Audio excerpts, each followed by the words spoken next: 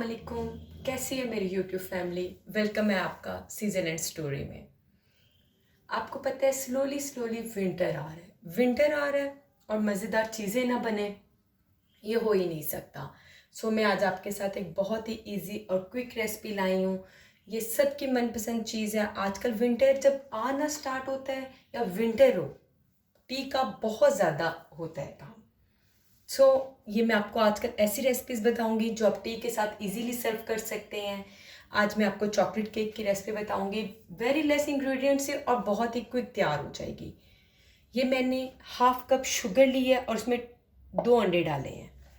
आप sugar icing sugar भी ले सकते हैं और शुगर को घर में क्रश भी करके छान के आप इस्तेमाल कर सकते हैं। अब हम इसको बीट करेंगे और इतना बीट करेंगे कि ये फ्लफ़ी हो जाए, जो हमारा बैटर है वो फ्लफ़ी हो जाए।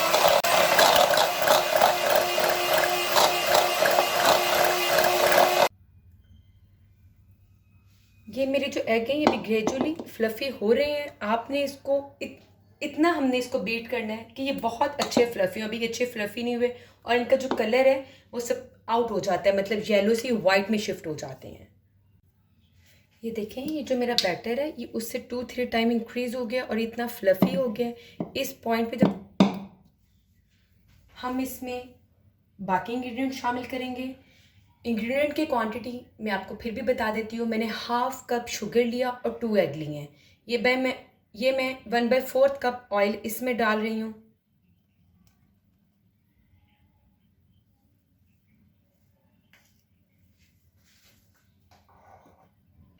टू टेबलस्पून मिल्क जाएगा।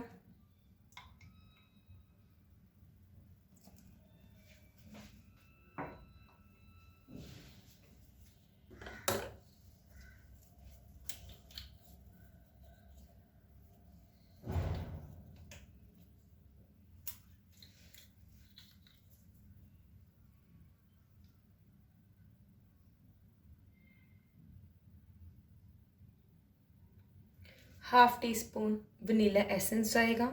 वनीला एसेंस इसलिए डालते हैं ताकि हमारे अंडों की जो स्मेल है वो ना आए।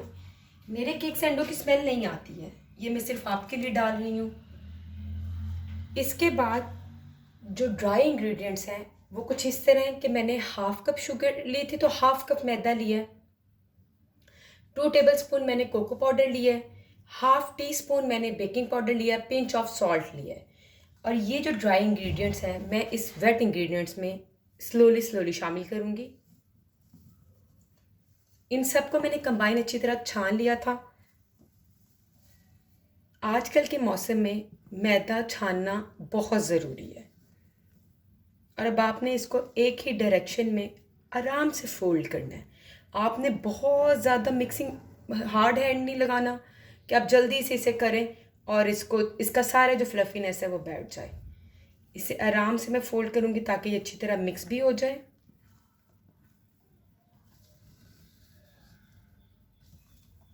इस पॉइंट पे आपने बीटर नहीं इस्तेमाल करना।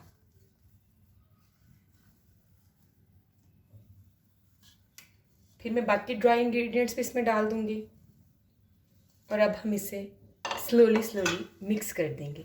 ये टाइम टेकिंग प्रोसेस है लेकिन बहुत अच्छी तरह मिक्स होता है और ये केक बहुत अच्छा और फ्लफ़ी सा बनता है। अगर आप इस टाइम पे बहुत जल्दी करेंगे, केक का जो सारा स्पंज है वो बैठा हुआ बनेगा और टेस्ट भी अच्छा नहीं आएगा। इसलिए मैं आहिस्ता आहिस्ता इसको मिक्स करूँगी। जो कोको पाउडर है वो आप अपनी मर्ज़ी से इंक्रीज़ कर सकते हैं। अगर आपके बच्चों को ज़्यादा चॉकलेटी पसंद है तो आप ज़्यादा कोको पाउडर डाल लें। बाकी इंग्रेडिएंट्स आप यही रखेंगे, क्वांटिटी उनकी।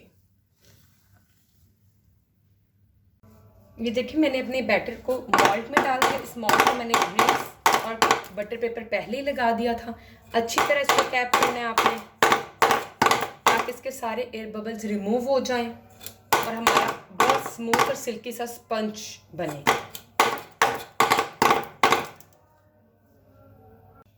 ये देखिए, इसके बबल अच्छी तरह रिमूव हो गए हैं। इस पॉइंट पे मैं इसमें थोड़े से जो भी ड्राई फ्रूट्स अवेलेबल है, मेरे पास बादाम अवेलेबल है, मैं वो स्प्रिंकल कर देती हूँ।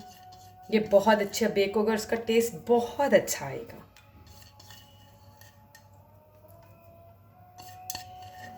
आप पास जो ड्राई फ्रूट है, स्पेशली अखरोट जो का टेस्ट बहुत अच्छा आता है। और इसको अब हम प्री हीट पतीले में रख देते हैं। Final look of my almond cake, ये देखें, ये कितना अच्छा और सुपर मॉइस्ट है और ये कितना अच्छा बेक हुआ। मैं आपको उठा के दिखाती हूँ, ये कितना सॉफ्ट है इसका स्पंज और ये कितना अच्छा बेक हुआ है। अगर आपको मेरी ये रेसिपी पसंद आई है, काइंडली मेरे चैनल को सब्सक्राइब करें, मेरी वीडियो को लाइक करें, अपने फ्रेंड एंड फैमिली के साथ शेयर करें। मैं आपके लिए ऐसे ही अच्छे ईजी और क्विक रेसिपीज़ लाती रहूँगी। मिलते हैं नेक्स्ट रेसिपी में। अल्लाह हाफ़िज़।